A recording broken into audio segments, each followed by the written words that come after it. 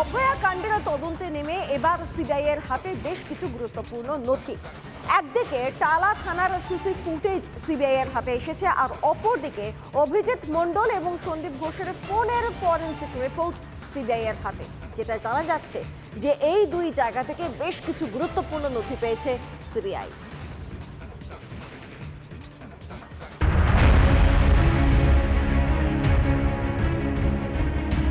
অভয়া হত্যাকাণ্ডে টালা থানার ভূমিকা নিয়ে প্রথম থেকেই সন্দেহ ছিল সিবিআইয়ের। প্রমাণ লোপাট ও ধর্ষণ খুনের বিষয়টিকে লঘু করে দেখানোর ক্ষেত্রেও টালা থানার কেরামতি ছিল বলে 25শে সেপ্টেম্বরের রিমান্ড লেটারে দাবি করেছিল কেন্দ্রীয় তদন্তকারী এজেন্সি।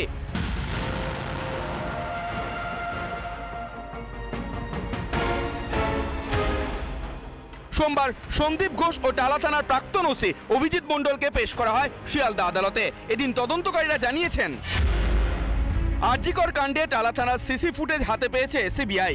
ফুটেজে 4 জন অপরিচিত ব্যক্তিকে দেখা গিয়েছে বলে সূত্রের খবর। এফআইআর লেখার সময় ওই 4 জন অভয়ার বাবা মায়ের কাছে কৈফিয়ত তলব করে। কি লেখা হচ্ছে তাও 4 জন জানতে চায় বলে সূত্রের খবর। সিবিআইয়ের হাতে এসেছে সন্দীপ ও অভিজিৎ মণ্ডলের ফরেনসিক রিপোর্টও। খতিয়ে দেখা হচ্ছে টালা থানার এসআই চিন্ময় বিশ্বাসের ভূমিকাও। তবে সন্দীপ ও অভিজিৎ মণ্ডলকে হেফাজতে চেয়েও পরে আবেদন প্রত্যাহার করে সিবিআই। আপাতত জেলে গিয়ে সন্দীপ ঘোষকে জেরা করবেন সিবিআই আধিকারিকরা। রিপাবলিক বাংলা। একদিকে সাগর দত্তের কর্মবিরতির 3 দিন চলছে। হঠাৎই সেই কর্মবিরতি মঞ্চের লাইট, ফ্যান, মাইক সবকিছুকে খুলে নেওয়া হয়। যে বৈদ্যুতিন সরঞ্জামের গাড়ি ঠিক করে নিয়ে যাওয়া হচ্ছিল তার সামনেই চেয়ার নিয়ে বসে পড়েন আন্দোলনকারীরা।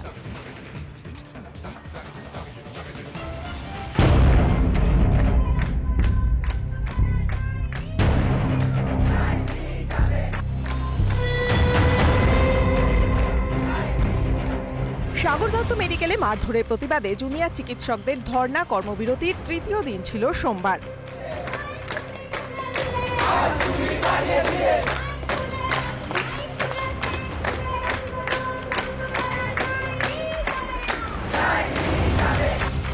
আর সেই ধর্ণা মঞ্চে হঠাৎ নিভে গেল আলো।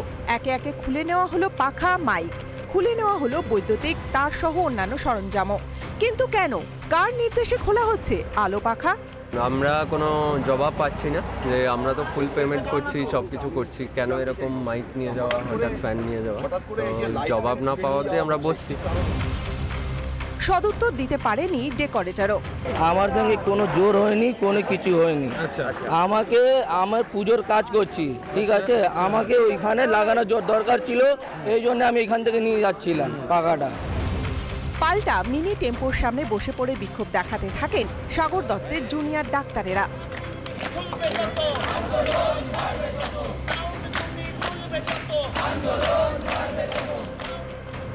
শুধু সাগর দত্তই নয়, ন্যাশনাল মেডিকেল কলেজেও চিকিৎসককে হেনস্থার অভিযোগ। এমার্জেন্সি ওটিতে যেতে হবে, প্রটোকলটা বোঝানো হয়, তখন আর কি উনি গালিগালাজ শুরু করেন। ওনার সাথে আরো 6-7 জন আরো লোকজন ছিলেন, মহিলা ছিলেন। এরা সবাই মিলে আর কি আমাদের যে এমার্জেন্সি সার্জারি ডিউটি রুম, সেইখানে আর কি গালাগালি করেন, হুমকি দেন যে সবাইকে মারবেন, এরকম ধরনের। এবং তারপরে সিকিউরিটি পার্সোনেল আছে, বাট 15-20 মিনিট অ্যাডিশনাল সিকিউরিটি কেউ ছিলেন না। রাজ্যে চিকিৎসকেরা যে নিরাপদ নন তা বারবার প্রমাণ হচ্ছে। এদিন সুপ্রিম কোর্টেও সাগর দত্তে মারধরের প্রসঙ্গ ওঠে। রাজ্যের আইনজীবী দাবি করেন, চিকিৎসায় গাফিলতির জেরেই সাগর দত্ত হাসপাতালে রোগী মৃত্যু। রাজ্যের অভিযোগ অবশ্য পত্রপাঠ খারিজ করে দেন জুনিয়র চিকিৎসকদের আইনজীবী ইন্দিরা জয় সিং। রিপাবলিক বাংলা। আবার অপরদিকে হাইকোর্টে ফের একবার মুখ পুরল রাজ্যের। 1 অক্টোবর চিকিৎসকদের মিছিলে অনুমতি দিল হাইকোর্ট। আর এখানেই শেষ নয়, এই মিছিলে কোনো লোক সংখ্যা বেঁধে দিল না হাইকোর্ট। রাজ্যের যুক্তি শুনে চূড়ান্ত ভর্ৎসনা বিচারপতির।